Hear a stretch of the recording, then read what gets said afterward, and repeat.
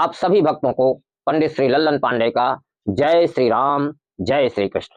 मित्रों, पिछली कथा में आपने कर्मयोग, कुजल और सकाम से निष्काम की तरफ कैसे बढ़ते हैं यह जाना। अब आइए हम कर्म और भाग्य का एक उदाहरण देते हैं।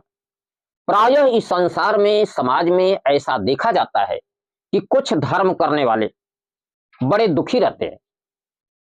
हमेशा दुखी नहीं रहते, लेकिन शुरू के कुछ दिनों तक दुखी रहते हैं। लोगों की नजर में ये आता है कि फला व्यक्ति बहुत धर्म करता है लेकिन बहुत दुखी है। और कुछ पाप करने वालों को देखा जाता है कि वो बड़े सुखी है, दिनों दिन आगे बढ़ रहे हैं। यद्यपि वो बहुत समय तक नहीं टिकते, लेकिन देखने वाले तो थोड़े समय में ही देख लेते हैं कि फला जो है बहुत पाप करता है और दिनों दिन आगे बढ़ गया, उसका घर बन गया, उसका मकान बन गया, उसकी गाड़ी बन गई, उसकी बंगला हो गया, उसके बड़े लोग हो गए, यानी वह तो बहुत आगे बढ़ रहा है और पाप कर रहा है। तो बहुत से भक्त पूछते हैं कि पंडित जी, गुरु जी, हम तो देखिए जो लोग पाप कर रहे हैं वो दिनों दिन आगे बढ़ रहे हैं और जो धर्म कर रहे हैं वो बड़ा दुखी है। लेकिन इसका एक संक्षिप्त उत्तर हम आपको दे दें। आप देखिए जरा, इस समाज में 50 धर्म करने वालों को देख लीजिए। उन 50 धर्म करने वालों में से 50 दुखी नहीं है, लगभग 40 ऐसे होंगे। उन 50 में से 20 तो ऐसे होंगे जो बहुत धनी होंगे और उन सब तरह से वो पूर्ण होंगे, उनको कोई कमी नहीं होगी। और 10 ऐसे होंगे जो बहुत धनी नहीं होंगे लेकिन मध्यम धनी होंगे और सब तरह से भले न पूर्ण हों लेकिन भरे पूरे ही होंगे, कुछ कमी तो रहती है। और 10 ऐसे होंगे जो सामान्य परिवार के होंगे, खाता कमाता होंगे। 10 ऐसे होंगे जो बहुत दुखी होंगे, क्योंकि इसके साथ पूर्व जन्मों के कर्मों का संस्कार भी जुड़ा होता है। अब ठीक इसी तरह से आप 50 पाप करने वालों को ले लीजिए, तो उस 50 पाप करने वालों में से आप देखेंगे कि 20 तो ऐसे हैं जो बिल्कुल परेशान हैं और 20 ऐसे होंगे जो परेशान नहीं है और सुखी भी नहीं है, मध्यम जा रहे हैं। लगभग 10-15 ही होंगे जो पाप करके आगे बढ़ते हैं। अब इसका एक दूसरा उदाहरण मैं आपको छोटा सा दे दे रहा हूं। मान लीजिए कोई व्यक्ति बैंक में 5 लाख रुपए जमा कर चुका है। अब तो जब वह बैंक में जाएगा और पैसा निकालने के लिए एटीएम लगाएगा तो 25-50 हजार जब चाहे निकाल सकता है। बैंक ये नहीं पूछेगा कि आप पैसे से क्या करें। अब वह पैसा लेकर के चाहे पाप कर्म करे और चाहे पुण्य कर्म करे, बैंक तो पैसा देगा। जब तक उसका पैसा जमा है तब तक तो बैंक उसको पैसा देता रहे, और जब उसका पूरा 5 लाख जीरो हो जाएगा तो उसके बाद बैंक पैसा नहीं देगा। तब इसको समझ में आएगी बात। ठीक इसी तरह से जो व्यक्ति पूर्व जन्मों में बहुत अधिक धर्म कर चुके हैं तो उनकी धर्म की पूंजी तो जमा है, जो जन्म से ही इस जन्म में मिली है। वह धनी कुल में जन्म लिए हैं, उनको उतना धन मिला है। अब उस धन को चाहे वो बर्बाद कर दे और चाहे आबाद कर दे, उतना तो मिल चुका है। तो ठीक इसी तरह से जो कुछ लोग ऐसे होते हैं जो पाप करने वाले भी सुखी होते हैं, लेकिन जब उनका धन बर्बाद होता है, पहले के संचित पुण्य समाप्त होते हैं, तो उनका पतन शुरू हो जाता है। इस उदाहरण जो सामने हम देने जा रहे हैं उसमें ये बात स्पष्ट होगी। ठीक इसी तरह से कोई व्यक्ति है, बैंक से 5 लाख रुपए कर्ज ले लिया है, वह कर्ज नहीं भर पाया। अब 5 लाख का ब्याज सहित जो है 15 लाख हो गया। अब तो वह जब तक नहीं भरेगा तब तक उसके पीछे तमाम तरह की वसूली होगी, जेल होगा, जुर्माना होगा। बस यही बात है। यदि कोई व्यक्ति पूर्व जन्मों का बहुत अधिक पाप कर चुका है तो इस जन्म में यदि वह धर्म भी कर रहा है तो पिछले पापों के कारण उसे कष्ट भोगना पड़ता है। यह बात देखिए इस उदाहरण में स्पष्ट होगी। मेरे पिताजी ने एक बड़े विद्वान गुरु महाराज से प्रश्न किया था कि महाराज जी, ऐसा क्यों होता है। महाराज जी ने यही उत्तर दिया था कि पूर्व जन्मों के प्रारब्ध भी साथ साथ चलते हैं मनुष्य के। महाराज जी ने एक उदाहरण दिया, बात बहुत पहले की है। उन दिनों ब्रिटिश शासन था और महाराज जी रंगून में नौकरी करते थे। उनका एक यादव शिष्य पटना में था और इतना भक्त था कि उसके लिए महाराज जी रंगून से पटना साल में एक बार आते थे। उस भक्त के 2 पुत्र थे, बड़ा उतना ही दुष्ट था। उसको बहुत समझाया गया लेकिन वह माना नहीं, और छोटा पुत्र उतना ही धर्मात्मा था। समय बीतता गया, पुत्र बड़े हुए, पिता बूढ़ा हुआ, पिता मर गया, दोनों में बंटवारा हुआ। अब उस साल जब गुरुजी आए तो सामने पहले बड़े लड़के का घर पड़ा और वह दरवाजे पर बैठा हुआ था। ठाठ से कहा, जा जा महाराज जा, वही कहन जा, छोटका कहन, हमारी कहन तो जगह ना। महाराज जी ने थोड़ा सा समझाने की कोशिश की, लेकिन उसने फिर कहा, जा जा छोटका कहन महाराज, यहाँ मत रुका। और जब महाराज जी छोटका के दरवाजे पहुंचे तो पत्नी पुत्रों सहित वह उठा, गुरु जी को प्रणाम किया, उनको आसन दिया, उनका स्वागत सत्कार किया। और जब गुरु जी भोजन भजन से अस्थिर होकर इत्मीनान से बैठे, कुशल समाचार होने लगा, तब छोटे ने गुरु जी से पूछा कि महाराज जी, धर्म कर्म है कि खत्म हो गया है कलयुग में? अब भगवान कहीं है कि नहीं है? देखिए, जब पिताजी बीमार हुए तो भैया ने उनकी जरा सा भी देखभाल नहीं की, और नहीं तो पिताजी को परेशान करते रहे। जब वो मर गए तो उनका क्रियाक्रम भी कुछ सहयोग नहीं किए, सब आधा आधा बांट लिए। 8 भैंसे थी पिताजी के, 4-4 भैंस हम दोनों को मिली। और भैया जो है दूध दूहते हैं, 1 बाल्टी दूध में 2 बाल्टी पानी मिलाते हैं, और बाजार में लेके जाते हैं, खूब बिक जाता है, अटता नहीं। 4 भैंस उनको मिली थी, आज 8 भैंस हो गई। शराब भी पीते हैं, मांस भी खाते हैं, और उनके 4-5 जो है दोस्त भी हमेशा खाते पीते रहते हैं। रोज पार्टी है, 10 लोग उनके आगे पीछे हैं। वह इतना पाप करते हैं तो भी इतना आगे बढ़े। और महाराज जी, मैं भैंस दूहता हूँ, पानी जरा भी नहीं मिलाता, लेके बाजार में जाता हूँ, मेरा प्योर दूध नहीं बिक पाता है। कभी आधा तिहा बिकता है, कभी वो भी नहीं बिकता। अब खर्च नहीं चलता है। जब दूध नहीं बिकेगा तो दूध का क्या करेंगे? खर्च नहीं चला, घाटा लगता गया। और 4 भैंस से 2 भैंस हो गई, 2 बिक गई। भगवान कहाँ है?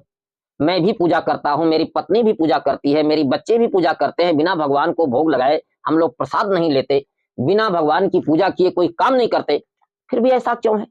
महाराज जी ने समझाया कि धैर्य रखो, धैर्य रखो, सब भाग्य का चक्र है, पूर्व जन्मों का चक्र है, कुछ पहले की भी कर्म है, सब सुधर जाएंगे। अब दूसरे दिन जब बाबा जी जाने लगे तो उस छोटे वाले शिष्य ने कहा कि महाराज जी, जैसे आप पिताजी के समय आते थे वैसे आते रहिएगा, मैं आपकी सेवा करूंगा। भैया ने आपको कुछ गलत शब्द बोले हैं, उसके लिए मैं छोटा भाई हूं, भैया की तरफ से माफी मांगता हूं, आप उनको भी क्षमा कर दीजिए। छोटा इतना बढ़िया था और बड़ा ऐसा था, देख लीजिए। बाबा जी, बाबा जी तो बाबा जी हैं, उन्होंने बड़े को भी आशीर्वाद दिया, छोटे को भी आशीर्वाद दिया और गए। जब दूसरे साल बाबा जी आते हैं तो बाबा जी देखकर आश्चर्यचकित हो गए। पहले बड़े वाले का घर पड़ा, उसके दरवाजे पर 16 ठो भैंस थी, बढ़िया हवेली बन चुकी थी, नौकर चाकर थे, 2-4 लोग मौज मस्ती कर रहे थे। अब बाबा जी छोटे के दरवाजे गए तो देख रहे हैं कि उसका घर एक तरफ से गिर गया है। दरवाजे पर 1 ठो भैंस है, वह भी पतली दुबली है, और ये दोनों पति पत्नी और बच्चे भी दरवाजे पर कोई रौनक नहीं, एक टूटी सी चारपाई पर बैठे हुए हैं। गुरु जी को देखते ही उठ खड़े हुए, गुरु जी को प्रणाम किए और उसी टूटी चारपाई पर एक चद्दर लाके बिछाया, कहा बाबा बैठा। बाबा ने तो स्थिति समझ ली कि आज मेरे शिष्य के पास ये टूटी चारपाई ही है। बाबा बैठे, अब पति पत्नी की तरफ देखता है, पत्नी पति की तरफ देखती। अब आखिर में छोटे ने, पति ने कहा बाबा थोड़ा सा आज्ञा हो तो मैं तनिक जाऊं पड़ोस में, कहीं से कुछ उधार लेकर के आऊं, क्योंकि घर में आपकी सेवा करने के लिए कुछ नहीं है, कल रात से भोजन नहीं बना है, भैंस भी बस सूखी घास खा के है। हम लोग तो बिना खाए रह गए, आप गुरु महाराज हैं, आप बिना खाए कैसे रहेंगे, इसलिए कहीं से कुछ उधार लाऊं। गुरु जी ने कहा नहीं, जब शिष्य भूखा रहेगा तो गुरु भी भूखा ही रहेगा, आज मैं भी जल का भोग लगाऊंगा भगवान को। गुरु जी ने रोक दिया, कहीं जाने नहीं दिया। उस दिन शाम को गुरु बाबा जल का भोग लगाए प्रभु को, जल पी करके स्वयं भी रहे और जल पी करके सभी रहे।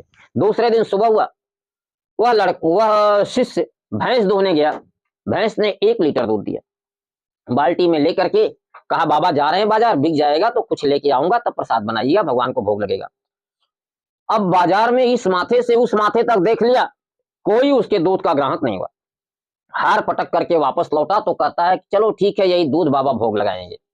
और तब तक पहले का जमाना था, पक्की सड़कें तो थी नहीं, कच्ची पगडंडियां होती थी, और एक जगह रास्ते में एक किल धंसी हुई थी। इसका दिमाग तो कहीं और था, सोचता हुआ आ रहा था चिंता में कि प्रभु तुम कहाँ हो। और तब तक वह किल इसके एक पैर में धंस गई और इस पार से तालों में धंसी ऊपर तक निकल गई। आह चिल्लाते हुए यह गिर गया, हाथ से बाल्टी कहीं गिरी, गमछा कहीं गिरा, और मुंह से निकलता है कि अब बाबा को क्या दूंगा। उसी समय एक व्यक्ति आ रहा था, उसने जो है गमछा उठाया और इसके पैर को कस के बांधा, कहा देखो कितना बड़ा धर्मात्मा है, गिर गया लेकिन फिर भी चिंता बाबा की है, फिर भी चिंता भगवान की है, फिर भी चिंता धर्म की है, इस स्थिति में भी धर्म नहीं छूटा। हाय रे भगवान, ऐसे ऐसे धर्मात्माओं को इतना कष्ट क्यों देते हो। और तब तक पीछे से दूसरा भाई आ रहा था, उसके आगे पीछे 4-6 दोस्त थे, सब जो है मटर गश्ती करते मस्ती लेते चले आ रहे थे। उसने कहा कि इसको दिखलाई नहीं देता है। दिखलाई कहां से देगा, हर समय बाबा बाबा धर्म धर्म पूजा पूजा करता रहता है। पूजा की लट में, अरे कहता हूं कि छानो घोटो मस्त लो, पाप करो, कलयुग है, पाप करोगे तो आगे बढ़ोगे, और ये जो है दिन रात धर्म करता है, दिखलाई नहीं देता। यह कहते हुए उस छोटे लड़के बड़े लड़के ने अपने बूट से, जूता बढ़िया पहना हुआ था, उस जूते से एक ठोकर मारा। और जब ठोकर मारा तो जो वह कील धंसी हुई थी वह इतने दूर में, थोड़ी दूर में मट्टी लिए उखड़ गई, और उसके नीचे 40 असरफियां थी। उसको झाड़ करके जेब में रखा, कहा देख मैं पाप करता हूं, इसका फल ये है, और तू पुण्य करता है, तेरा फल ये है। अरे अब से भी चेत जा, छोड़ दे ये धर्म कर्म का चक्कर, मेरी तरह से तू भी राज कर। और उसको रखे चल दिया। अब तो यह बात जो है उस छोटे वाले भाई के दिल पर ऐसी चुभी कि अब वह झटके पर उठा और लंगड़ाता हुआ आया और गुरु महाराज के पैर को पकड़ के लौट गया। कहा बाबा गुरुजी अब बता दो कि भगवान कहाँ है, क्योंकि गुरु ही भगवान को दिखाते हैं। आप मेरे पिता के भी गुरु हैं, मेरे भी गुरु हैं, और आज आप बता ही दीजिए कि गुरु कहाँ है। इतना बड़ा अनर्थ, मैं इतना धर्म करता हूं और इतना बड़ा मेरे धर्म की सजा ये क्यों हो गई। अब उसके घाव को देख करके खून बह रहा था, पूरा गमछा खून से भीग चुका था। रास्ते में जिस रास्ते वह आया उस रास्ते खून ही खून था। उसके खून को देख करके गुरुजी की भी आंखों से आंसू गिरने लगे, उसकी पत्नी भी रोने लगी, उसके बच्चे भी रोने लगे। सबने कहा हे भगवान तुम कहां हो, और सबकी नजरें आकाश की तरफ चली गई। गुरुजी ने भी जो है अंतर हृदय से पुकारा कि प्रभु तुम कहां हो। शायद भगवान भी इसी दिन की प्रतीक्षा कर रहे थे।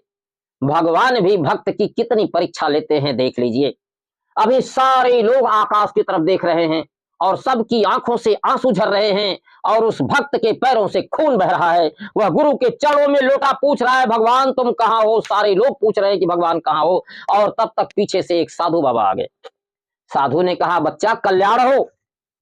अब साधु की आवाज सुनते ही इस भक्त के तो स्वभाव में है प्रेम, या तो साधुओं को महात्माओं को प्रेम से झुकता है। यह उठ खड़ा हुआ और बाबा के पैरों गिरा। कहा महाराज यही बता दो कि भगवान कहाँ हैं, और मेरे धर्म करने का यह परिणाम क्यों मिला, कैसे कल्याण होगा। आप महात्माओं की बाणी सत्य होती है, और कल्याण कैसे हुआ महाराज, देखो मैं खून से लथपथ हूं। अब साधु बाबा बैठ गए, कहे लाओ बच्चा देखे तुम्हारा खून कहां बह रहा है। बाबा ने उसके गमछे को खोला और हाथ को जो है हाथ से उसको सब पोंछ पांछ दिया खून को, और कहा जरा पानी ले आओ। पानी ले आए, खून खान को धो धा दिया, और उसके बाद कहा देख बेटा अब तुम्हें दर्द नहीं हो रही है ना। अब यह ताका, अरे बाबा पैर की दर्द तो सचमुच ठीक हो गई। कहा जरा चल के देखो। अब वह लड़का जो लंगड़ाता हुआ आया था वह चलने लगा। पैर में कोई, बाबा हमारे तो कोई तकलीफें नहीं है, अब तो ये ठीक हो गया। कहा बेटा अब आज और इसी समय से तुम्हारा सब ठीक हो जाएगा। तुम पूछते हो ना कि तुम्हें ये कष्ट क्यों मिला, पूर्व जन्म में तुम बहेलिया थे और तुमने इतने पाप किए, इतने पाप किए कि इस जन्म में तुम्हें वही सब कटता रहा। लेकिन उस जो तुम पक्षियों को मारते थे बेचते थे उसी में से थोड़ा पैसा संत महात्माओं की सेवा में खर्च करते थे। बहेलिया तो थे लेकिन उस जन्म में भी तुम संत महात्माओं की थोड़ी सेवा करते थे, जिसके पुण्य स्वरूप से इस जन्म में तुम यादव कुल में जन्म लिए, बहेलिया का काम छूट गया, दूध का रोजगार हुआ, तुम्हें धर्मात्मा पत्नी मिली, धर्म करने वाले बच्चे मिले, और तुम्हारे धर्म के कारण तुम्हारा पाप धीरे धीरे जो है अब खत्म होता गया। आज अंतिम पाप था जो सर्प बनकर तुम्हें काटने वाला था। यदि सर्प काटता तो तुम्हारी अकाल मृत्यु हो जाती, तुम प्रेत जोनि हो जाते। तो देखो तुम्हारे धर्म कर्म करने से भाग्य नहीं बदलती, भाग्य की दिशा बदलती है। यह मैंने पिछली कथाओं में भी बताया है। अब मृत्यु सम कष्ट में बदल गई, इसीलिए तुम्हें इतनी बड़ी पीड़ा हुई। और देखो यह तुम्हारे पुण्यों का फल है कि मैं आ गया और मैंने तुम्हारे पैर को ठीक कर दिया। अब तुम्हारा पैर ठीक हो गया, मैंने संकट आया और संकट चला गया। शाम को जब तुम दूध लेकर बाजार में जाओगे तो तुम्हारा दूध दूने भाव पर बिकना शुरू होगा, और आज से तुम आगे बढ़ना शुरू कर दोगे। और तब उसने पूछा कि और भाई को पानी का पैसा क्यों मिलता है। कहा सुनो, तुम्हारा भाई पूर्व जन्म में बहुत बड़ा सेठ व्यापारी था, बहुत पैसा कमाता था, लेकिन बहुत अहंकारी था। पूर्व जन्मों में भी वह मौज मस्ती करता था, किंतु अहंकार बस कहीं विद्यालय में पैसा दिया, कहीं यज्ञ में पैसा दिया, हर जगह पैसा दे देता था, लेकिन सम्मान किसी का नहीं करता था। भोजन सबको करा देता था, लेकिन सम्मान किसी का नहीं करता था। यदि सम्मान किया होता तो इस जन्म में भी वह और बड़े व्यापारी के यहाँ जन्म लेता और धनी होता, किंतु सम्मान नहीं किया, अहंकार बस किया हुआ धन। तो देखो, दान किया, चाहे अहंकार बस किया चाहे प्यार बस किया, जो दिया है वह तो उसको मिलना ही। वही उसका दिया हुआ धर्म का पैसा अपने से कई गुना बढ़ करके इस जन्म में मिल रहा है पानी के बहाने। और आज उसकी वह अंतिम जमा पूंजी थी जो 40 असरफियों के रूप में उसे मिल गई। अब यदि वह संभल जाएगा तो संभला रहेगा, और नहीं संभलेगा, यही आचरण रहेगा तो पतन होगा। किंतु स्वभाव तो बन चुका है, बदलने की उम्मीद तो कम है। देखो क्या करता है। अब तुम लोग बेटा ऐसा है कि बहुत भूखे हो, जाओ घर में देखो, हो सकता है थोड़ा चावल वावल हो तो उसको लिया करके दो, महाराज जी कुछ प्रसाद बनाए, सभी लोग भूखे हो। तो वह हंसने लगा, कहा साधु बाबा यदि घर में चावल होता तो 3 दिन से उपवास करता। पत्नी ने कहा साधु की आज्ञा मानो, बाबा कह रहे हैं तो इनका कहा तो कर दो। कहा ठीक है बाबा, आपका कहना कर देते हैं। और जैसे ही वह घर में गया, उसको एक पात्र में भरा हुआ चावल मिला। अब वह चीखा चावल, जैसे ही वह चावल चीखा, गुरु बाबा और बच्चे पत्नी सब एकाएक घर की तरफ देखने लगे। इतने में साधु बाबा अदृश्य हो गए। अब वह भरे हुए पात्र में चावल लेकर के बाहर निकला और कहता है साधु बाबा, साधु बाबा, साधु बाबा कहाँ गए। अब दूर रास्तों तक, इधर उधर सभी रास्तों पर उसने दूर दूर तक देखा, साधु बाबा का कहीं पता नहीं। कहा मेरा पैर भी ठीक हो गया, मैं दौड़ रहा हूं, मुझे चावल भी मिल गया, लेकिन बाबा कहाँ चले गए। तब गुरु जी ने कहा पुत्र बैठ जाओ, वही भगवान थे। जब इस तरह अंतर मन से करुण पुकार भक्त की होती है तो भगवान प्रकट हो जाते हैं। और मैं भी भाग्यशाली हूं कि तुम्हारे जैसा शिष्य पाया, और तुम्हारे बहाने आज मुझे भी भगवान के दर्शन हो गए। अब तेरा सारा पाप कट गया, अब तुम आगे बढ़ते जाओगे। अब वह कहा हे प्रभु, पहले मालूम हुआ होता। तो गुरु जी ने समझाया कि पहले मालूम ही कैसे होगा। ठीक है, अब जो है चावल मिला, प्रसाद बना, सब लोग प्रसाद पाए, और इतने में 3-4 बज गए। अब इधर भैंस क्या हुई कि भैंस के लिए भी एक छिट्टा भूसा मिला उसी घरवा में। भूसा लिया करके चला दिया भैंस को। भैंस भूसा खाई और उसके बाद जो है भैंस चिल्लाने लगी दूहने के लिए। पत्नी ने कहा कि देखो भैंस दूहने के लिए बुला रही है। उसने कहा कि 3 मीटिंग से खैले ना दुए बदे का बुलाई। अरे जात ने देखा, अब जाता है पास में तो देख रहा है कि उसके थन में दूध आया है। अब जब बाल्टी लेकर के बैठा तो भैंस ने 3 लीटर की बाल्टी भर दी। अब दूध लेके बाजार में गया तो पहला ही दुकानदार कहता है सरदार, आज हमारे पहले दूध ना थोड़ी हमें दे जा। और जब दुकान पर पहुंचा, दूध दिखता है तो 1 लोटा दूध में 1 लोटा पानी डाला दुकानदार ने। तो कहा देखो तुम्हारा भाई जो दूध देता है वह इससे भी पतला देता है, अब उसका दूध नहीं लेंगे और तुम्हारा दूध दूने भाव में लेंगे। वह तो देखो तुम्हारे 1 लोटा दूध में 1 लोटा पानी मिला दिया, तब भी जो है उससे मोटा है, अब वह इससे भी पतला देता है। तो मैं तुम्हें दूना पैसा दूंगा सरदार, तब भी फायदे में रहूंगा। अब कल से पूरा दूध तुम मुझे दे दिया करो शाम का, और मुझसे दूना पैसा ले लिया करो। अब पूरा दूध नपवा लिया, दूना पैसा दे दिया। अब खूब खरी भूसी लेके आया, भैंस भी रात को खाई, अपने भी चकाचक सब प्रसाद बना। और दूसरे दिन फिर बाल्टी भर के दूध दिया भैंस ने। गया तो दूसरा दुकानदार, चर्चा फैल चुकी थी कि इसका दूध तो बड़ा बढ़िया है। दूसरे दुकानदार ने कहा हमें दे दो। अब भैंस खाने लगी तो 1 बाल्टी की जगह 1.5 बाल्टी दूध देने लगी, माने 5 लीटर देने लगी। तब वह एक ठो बड़ी बाल्टी खरीद करके लाया, अब उसको 5 लीटर सुबह 5 लीटर दूध होने लगा। अब भैया भैंस भी बढ़ने लगी। अब क्या हुआ कि और भी ग्राहक मांगने लगे दूध, हमें भी। तो कहा भैया दूध हवे इतना होता है, एक तो भैंस कितना दूध देगी, मैं किसको किसको दूंगा। तो 4-6-10 दिन बीता। एक दुकानदार ने कहा एक काम करो, मुझसे पैसे ले लो, 1 भैंस और खरीद लो, उसका दूध मुझे दे देना, दूध में पैसा पड़ जाएगा। 1 भैंस और खरीद लिया। महीने भर बीता। दूसरे ने कहा मुझसे भी पैसा लेकर के 1 भैंस और खरीद लो। धीरे धीरे उसके पास 4-5 तो भैंस हो गई। अब जब दूसरे साल बाबा जी आए उसके यहाँ तो देख रहे हैं कि इसके दरवाजे 8 ठो भैंस है, 1 ठो नौकर भी लगा लिया है, घर और भी सुधर गया है। और बाबा जी के पैरों गिरा, कहा महाराज जी आज भगवान ने सब कुछ भरा है, जो भी मन हो प्रसाद बनाइए। अगल बगल के गांवों से, मंदिरों से 2-4-10 साधुओं को और बुला लाया और खूब रजगज से प्रसाद बना, सब लोग पाए। बड़े वाले लड़के की स्थिति क्या है भाई की, बड़ा वाला जब दूध लेके जाता है तो अब उसी बाजार में लोग कहते हैं तुम पानी बेचते हो, उसका दूध वापस आने लगा। अब वह बिना पानी का दूध बेचना शुरू किया, तब भी बिकना बंद हो गया, घाटा लगने लगा। 1 साल में 16 भैंस से उसके दरवाजे 4 भैंस बची हुई थी। और जब फिर अगले साल बाबा जी गए, यानी 2 साल बाद बाबा जी जा रहे हैं, तो यह बड़ा वाला भाई रास्ते में ही सिर पर गोबर रखे हुए फेंकने को जा रहा था। गोबर फेंक करके और बाबा जी को चरणों पर गिर गया। कहा, महाराज, गुरु जी, हमने गुरु का अपमान किया, बहुत पाप किया और उसका दंड पा लिया। अब से महाराज क्षमा करो। धीरे धीरे बाबा को लेकर के आया और आकर के बाबा ने देखा कि उसके सब भैंस बिक चुकी है। घर तो बढ़िया हवेली बनवा चुका था, तो इतना जल्दी तो गिरेगा नहीं। घर तो था, लेकिन नौकर चाकर आज उसके दरवाजे कोई नहीं है, कोई बात पूछने वाला नहीं है। और वह छोटे भाई के यहाँ नौकरी करता है। छोटे भाई के दरवाजे 16 ठो भैंस हैं, बढ़िया से घर द्वार है, नौकर चाकर सब कुछ है। अब भगवान ने कहा, अब गुरु जी ने कहा, देखो यही है, आपने देखा क्या? कर्म जोग। छोटा आपको कर्म और भाग्य दोनों का उदाहरण मिला। पूर्व जन्मों की भाग्य के कारण छोटे भाई को वो कष्ट हुआ और बड़े भाई को पूर्व जन्मों के कर्मों के कारण ही इतना धन मिला। और इस जन्मों के कर्म के कारण छोटे भाई का दिन पलटा और बड़े का दिन दुर्दिन में हुआ। इस तरह से सभी धर्म करने वाले दुखी नहीं है। धर्म करने वाले कुछ समय तक दुखी होते हैं। जब प्रारब्ध कर्म का उदय होता है तो वह फिर आगे बढ़ना शुरू हो जाते हैं और धीरे धीरे आगे बढ़ना शुरू हो जाते हैं। किंतु किसी भी पाप करने वाले को आप देख लीजिए, उसका अंत जरूर होता है, कितना ही आगे बढ़ जाए, लेकिन एक समय ऐसा आता है जब उसका बड़ा बुरा अंत होता है। तो मित्रों, यह जो है छोटे भाई का जो कर्म है वह कर्म योग है, क्योंकि उसने धर्म कर्म उचित ढंग से किया। पूजा पाठ, दूध बेचा, सब कुछ किया उचित ढंग से कष्ट सहे, उचित ढंग से आगे बढ़ा। यह उसका कर्म योग है। और बड़े भाई का कर्म क्या है? यह मनमाना कर्म है, जो घृणित कर्म है। और घृणित कर्म का तो भाई फल ऐसा ही होगा। ठीक है, यह एक उदाहरण रहा। इस उदाहरण से कर्म, भाग्य, सारी बातें स्पष्ट